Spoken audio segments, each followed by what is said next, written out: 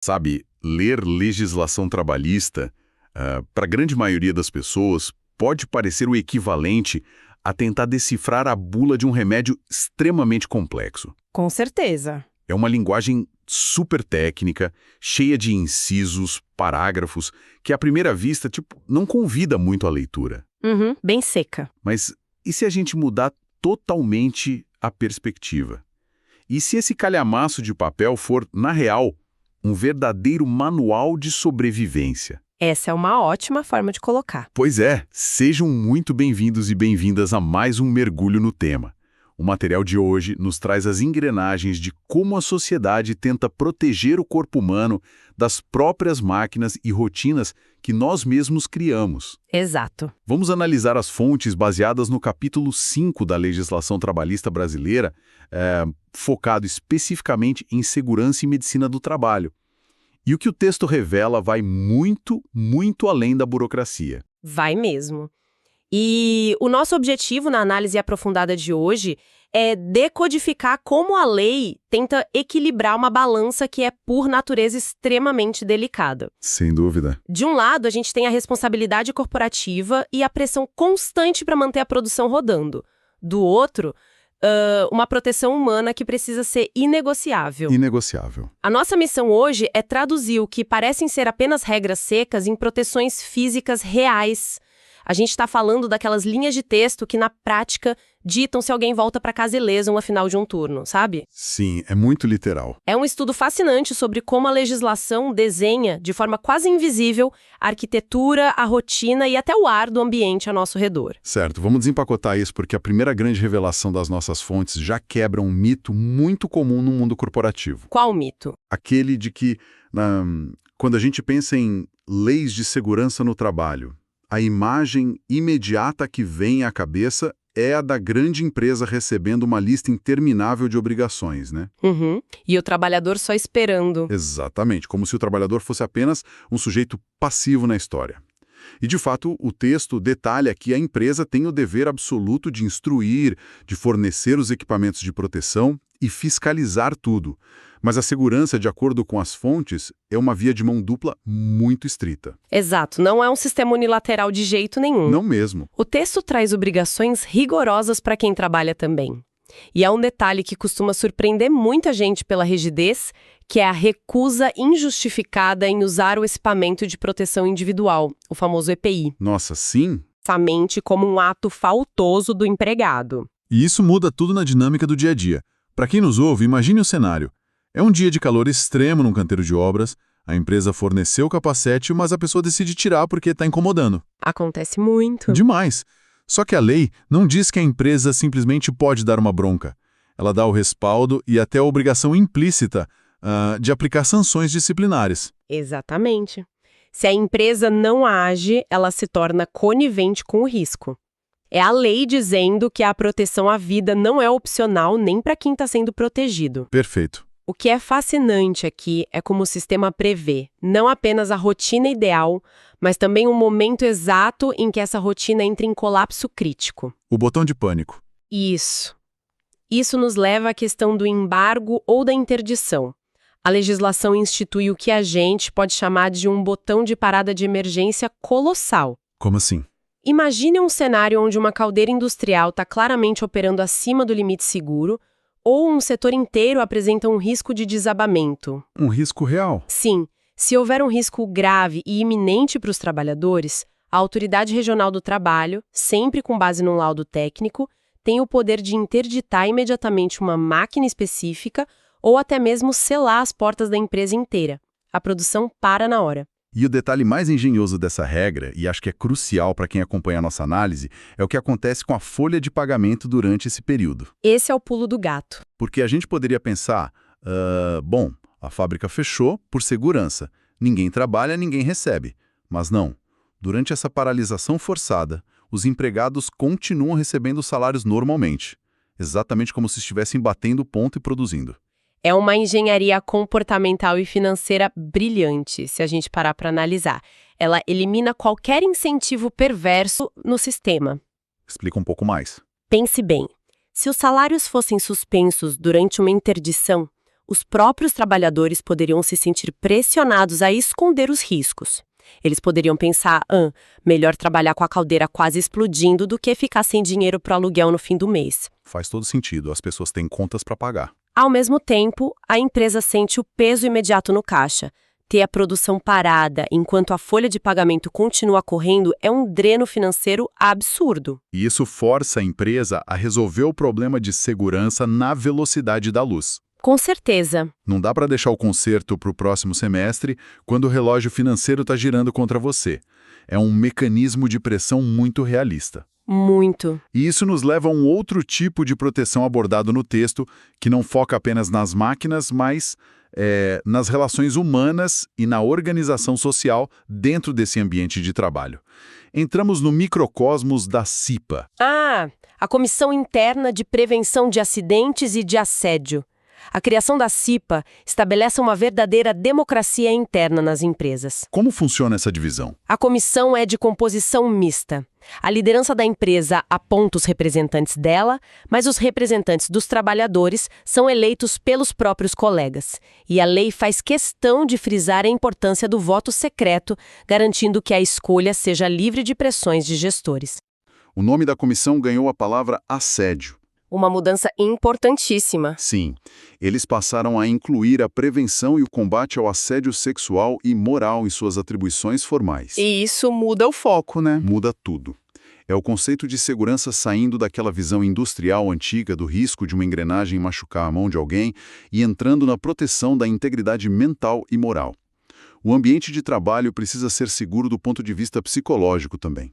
Só que para que essa pequena democracia funcione de verdade e enfrente questões tão sensíveis quanto assédio ou falhas graves de segurança, ela precisa de escudos. Claro. É por isso que o texto traz uma regra vital de estabilidade. Os titulares eleitos para representar os trabalhadores na CIPA não podem sofrer despedida arbitrária. Isso é forte. É uma proteção clara no emprego, desde o registro da candidatura até 1 ano após o final do mandato. E faz todo sentido, porque, sem essa armadura jurídica, o representante que levantasse a mão numa reunião para denunciar uma falha de segurança caríssima de consertar, ou que denunciasse um gestor abusivo, corria o risco de ser demitido no dia seguinte, sob a desculpa de uma reestruturação de equipe, né? Exato, a desculpa clássica. A lei garante que quem trabalha possa fiscalizar a empresa por dentro sem o terror constante da retaliação e do desemprego. Exatamente.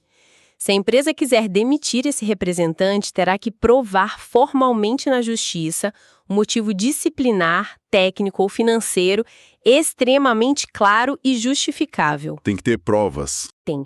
E falando em monitoramento, as fontes também focam na proteção biológica, no corpo propriamente dito, através da medicina preventiva obrigatória. Temos os exames médicos clássicos, como o de admissão, os periódicos para monitoramento contínuo e o demissional, que serve para atestar que o trabalhador não está deixando a empresa com a saúde mais debilitada do que quando entrou. Mas a legislação não aplica a mesma regra genérica para todo mundo? O texto traz especificidades que variam drasticamente dependendo do impacto daquela profissão na sociedade? Bem lembrado. E se conectarmos isso ao cenário geral e olharmos especificamente para as regras direcionadas aos motoristas profissionais, vemos a lei respondendo a um problema crítico de saúde pública e segurança nacional. Verdade, a questão das estradas. Para quem dirige caminhões ou ônibus, não basta aquele exame médico clínico rápido. A lei exige um exame toxicológico rigoroso, com uma janela de detecção mínima de 90 dias para substâncias psicoativas que causem dependência ou que comprometam a capacidade de direção. Ou seja, não é só saber se a pessoa usou algo no fim de semana. Não, é um rastreamento de longo prazo. E a lógica é irrefutável. O legislador entende que um veículo de dezenas de toneladas a 100 km por hora, numa rodovia movimentada, não é apenas um instrumento de trabalho particular. É um risco imenso para dezenas de famílias na estrada se quem estiver ao volante não estiver com os reflexos e faculdades mentais intactos. O rigor do exame é proporcional ao tamanho do dano potencial. Aqui é que a coisa fica realmente interessante, porque a gente sai agora das regulamentações médicas e das comissões E as fontes nos mergulham de cabeça na arquitetura e na física do ambiente de trabalho. Essa parte é surpreendente. O texto desce para detalhes tão granulares que parecem ter saído de um manual de engenharia civil. Por exemplo, a determinação de que os locais de trabalho precisam ter um pé direito de no mínimo 3 metros. 3 metros de altura, do piso ao teto, como regra geral. Existem exceções documentadas nas fontes, claro, se o ambiente possui um projeto que garanta iluminação e conforto térmico adequados por outros meios. Uma climatização especial, por exemplo. Isso, mas a regra primária dos 3 metros existe para evitar ambientes sufocantes, garantir a circulação do ar e a dispersão natural do calor gerado por máquinas e pessoas. A lei está literalmente desenhando a caixa onde as pessoas vão passar 1/3 de seus dias. E as regras físicas vão além do prédio. Elas chegam nos limites do próprio corpo humano. As fontes trazem o que a gente poderia apelidar de regra matemática da fadiga. Adoro esse termo. Pois é. Existe um peso máximo estipulado por lei que um empregado pode remover individualmente. E o limite cravado no texto é de exatamente 60 quilos. Eu fico imaginando se alguém levanta 61 quilos, as sirenes legais começam a tocar na hora. Pois é. Brincadeiras à parte, é uma linha de corte muito específica, né? E essa restrição de 60 quilos que só é flexibilizada se o material estiver sendo empurrado com auxílio de carrinhos ou trilhos, é um reconhecimento cru das limitações biomecânicas da nossa coluna vertebral e das articulações. Sem dúvida. 60 quilos é essencialmente o peso de um ser humano adulto de porte médio. O que a lei está ditando aqui é que a máquina orgânica do corpo não foi projetada para atuar como uma empilhadeira ininterrupta de carga pesada. Tem um limite. Existe um ponto de ruptura estrutural que a empresa não tem o direito de cruzar. O que nos leva a uma regra que traz até um certo alívio cômico no nosso estudo, simplesmente pelo quão óbvia ela deveria ser na convivência humana, mas que, bom, precisou virar lei federal para ser respeitada. A regra das cadeiras. Essa mesma. O texto obriga as empresas a colocarem assentos que assegurem a postura correta sempre que o trabalho exija que a pessoa fique sentada. Tudo bem. Até aí, normal. Mas e se a pessoa trabalhar em pé o dia todo, como numa esteira de montagem ou num balcão de atendimento de uma loja? A lei determina que os empregados terão assentos à disposição para serem usados durante as pausas permitidas. Ou seja, o direito básico de sentar para descansar as pernas é uma exigência legal. Pode soar elementar para nós hoje, mas a necessidade de codificar o direito de sentar reflete o histórico brutal das linhas de produção industriais. No passado, a busca pela eficiência máxima muitas vezes viu o conforto humano como um sinônimo de preguiça ou um obstáculo ao lucro. Uma visão bem cruel. Muito. A legislação precisou intervir para afirmar o óbvio: a exaustão física extrema e o desgaste das articulações não são subprodutos aceitáveis da geração de receita. E essa percepção de que certos ambientes ou atividades são inerentemente agressivos ao corpo nos leva a uma das divisões mais complexas das nossas fontes: a precificação do perigo. Uma conta difícil de fechar. Exato, porque o legislador não é utópico. Por mais regras, ventilação e cadeiras que você coloque, alguns trabalhos simplesmente não podem ser 100% seguros ou limpos. Verdade. A sociedade precisa que alguém lide com produtos químicos agressivos, que alguém faça a manutenção em redes elétricas de alta tensão, que alguém colete o lixo urbano. Alguém tem que fazer o trabalho pesado. E é aí que entram duas compensações financeiras fundamentais abordadas nas fontes: a insalubridade e a periculosidade. Vamos começar pela insalubridade. Essa é caracterizada por aquela exposição prolongada, sabe? O dano lento. É o ruído constante de uma máquina pesada, a poeira de sílica ou o produto químico que o trabalhador inala em pequenas doses todos os dias. A matemática da insalubridade, no texto legal, é estruturada em níveis de agressividade do ambiente. Como são esses níveis? Técnico vital na base de cálculo que muda tudo. Qual? Esses percentuais são calculados sobre o salário mínimo da região e não sobre o salário atual do trabalhador. Isso é muito importante para quem nos ouve entender. Mesmo que o trabalhador ganhe, 5 salários mínimos, os 40% do grau máximo de insalubridade são calculados apenas em cima do valor de um salário mínimo. Exatamente. E há uma dinâmica crucial para o dia a dia corporativo. A insalubridade pode ser neutralizada. Como assim, neutralizada? Se a empresa investir em tecnologia, alterar o processo produtivo para eliminar o agente nocivo do ambiente, ou se fornecer um EPI perfeito que bloqueie totalmente o dano físico, o adicional deixa de ser devido. Ah, entendi. A filosofia da lei aqui não é simplesmente criar um bônus salarial eterno. O objetivo primário é encarecer o ambiente sujo para forçar a empresa a limpá-lo e protegê-lo de fato. É uma lógica muito diferente da periculosidade que o texto trata separadamente. Se a insalubridade é o veneno que age a longo prazo, a periculosidade é o barril de pólvora. Ótima analogia. É o risco acentuado e imediato de uma tragédia. Estamos falando de exposição permanente a materiais inflamáveis, a explosivos, energia elétrica de alta tensão. Coisas que não dão aviso. Exato. E as fontes também mostram que a lei se expandiu para englobar riscos de violência humana. Profissionais de segurança pessoal ou patrimonial que enfrentam risco de roubos. Agentes de trânsito também foram incluídos, dado o risco constante de atropelamentos. E uma adição moderna muito emblemática, os trabalhadores em motocicletas. A inclusão dos motociclistas reflete muito a realidade das nossas ruas. A periculosidade lida com a possibilidade de um evento fatal ou incapacitante acontecer numa fração de segundo, independentemente de EPIs. Um capacete não impede um acidente grave no trânsito. Justamente. Por isso, a compensação financeira funciona como uma matemática distinta da insalubridade. O adicional de periculosidade é fixado em 30%. Porém, diferentemente da insalubridade, esses 30% incidem sobre o salário base real do empregado. Ah, a base muda. Sim, ou seja, se o salário base do profissional for alto em decorrência de sua qualificação técnica, o adicional será proporcionalmente alto. É a lei tentando precificar o risco direto e repentino de perda da vida. Agora, pensando na vida real das fábricas e das ruas, a gente sabe que existem situações em que o ambiente é o pior dos dois mundos. O trabalhador está operando num local sujo, respirando vapores tóxicos e, ao mesmo tempo, manuseando material altamente inflamável. A tempestade perfeita. Sim, a insalubridade e a periculosidade estão acontecendo ao mesmo tempo.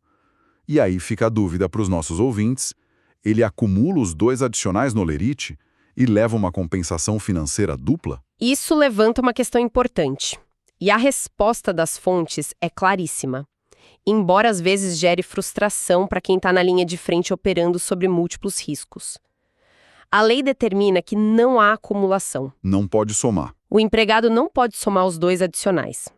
O texto garante que o trabalhador tem o direito de optar pelo adicional que for mais vantajoso financeiramente para o seu bolso. Ele faz as contas e escolhe. Isso. Ele precisa fazer a conta. Compara o que os 40% sobre o salário mínimo, no caso da insalubridade máxima, representam frente aos 30% do seu próprio salário base, no caso da periculosidade, e então ele escolhe o maior valor. É o legislador estabelecendo um teto para o custo do risco na folha de pagamento, impedindo que a compensação vire um incentivo excessivo para a pessoa se expor ao perigo só pelo dinheiro. Exatamente. Mas além dessas regras macro, o nosso mergulho nessas fontes revela que a legislação funciona como um espelho da imensa diversidade geográfica e profissional do país. O texto permite a criação de normas para nichos altamente específicos. A gente vê isso bastante no Brasil. Muito. Existem disposições estritas, por exemplo, para o trabalho a céu aberto. O empregador precisa garantir proteção contra insolação, frio extremo e fornecer abrigos. Se a empresa vai abrir uma frente de trabalho numa região remota ou de floresta, as exigências sobem. O que eles pedem? É preciso garantir profilaxia contra endemias locais, como malária ou febre amarela, além de alojamento e água potável com padrões rígidos. E a capacidade dessa legislação de se atualizar e observar novos ambientes é contínua.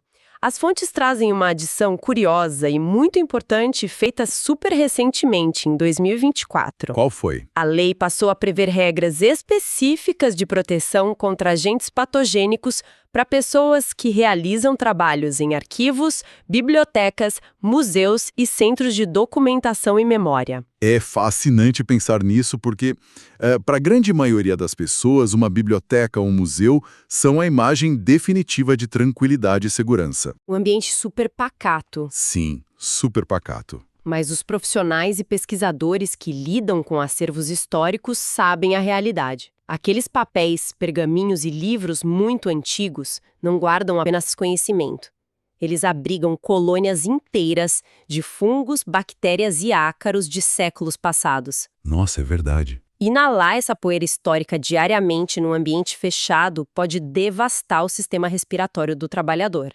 É a legislação reconhecendo que um documento do século XVIII pode ser tão agressivo à saúde pulmonar quanto uma fábrica de tecidos. E, claro, de nada adianta ter o melhor manual de sobrevivência, prevendo desde o choque elétrico até o fungo do museu, se as regras forem ignoradas na prática corporativa, né? Com certeza. Tem que ter consequência. É no fechamento técnico do texto que encontramos como o Estado tenta garantir que as regras saiam do papel. O sistema de penalidades e multas para as empresas infratoras. A parte das infrações fecha o cerco. As violações relativas à medicina e à segurança do trabalho acarretam penalidades severas, que são calculadas em multiplicadores baseados em valores de referência estabelecidos pelo governo. E sobre a postura da empresa na hora da fiscalização. Há uma diretriz que é muito reveladora. O texto estipula que, em casos de reincidência ou se houver embaraço e resistência à fiscalização, Tipo, fechar a porta na cara do fiscal. ou seja, se a direção da empresa tentar esconder o problema, impedir a entrada dos fiscais, ocultar documentos ou usar qualquer artifício para fraudar a lei, não existe margem para negociação. Acaba ali. O que tudo isso significa do panorama geral das nossas relações de trabalho. Significa que as diretrizes focadas em segurança e medicina do trabalho não são apenas tinta preta no papel ou entraves burocráticos. Definitivamente não. São um documento orgânico, um reflexo muito nítido de como a sociedade valoriza e tenta preservar a vida de quem está operando suas engrenagens econômicas. Como vimos no nosso estudo de hoje, a lei se adapta à realidade. E como se adapta? Vimos isso quando a regra incluiu os motociclistas que rasgam os corredores de trânsito. Vimos quando assédio moral e sexual entrou formalmente na pauta das comissões internas, protegendo a mente do trabalhador. E vimos quando a poeira dos acervos históricos virou uma questão legal de saúde ocupacional. É um espectro bem amplo. Muito amplo. É o direito tentando o tempo todo construir um escudo físico e psicológico ao redor do ser humano, protegendo seus limites orgânicos contra as demandas inesgotáveis da máxima produção. E essa capacidade de adaptação nos deixa com uma reflexão profunda para o final da nossa análise. Quem nos ouve pode olhar ao seu redor amanhã de manhã ao iniciar sua rotina.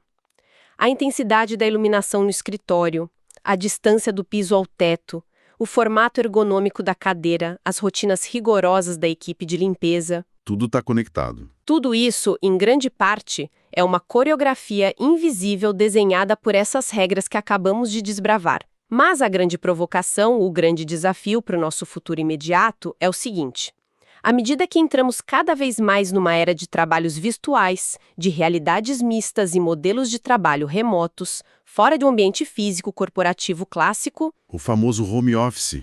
sim, como as futuras leis de segurança e medicina conseguirão medir e proteger a saúde mental, a ergonomia e os limites invisíveis do corpo humano quando o nosso ambiente de trabalho for muitas vezes apenas um notebook na mesa da sala da nossa própria casa. É um questionamento essencial. O ambiente físico do escritório pode estar desaparecendo para muita gente, mas as limitações e as necessidades do corpo humano continuam exatamente as mesmas. Precisamos estar atentos a isso. E é com esse pensamento provocativo que encerramos o nosso mergulho no tema de hoje. Agradecemos demais a quem nos acompanhou em mais essa jornada para entender as regras invisíveis que sustentam o nosso dia a dia.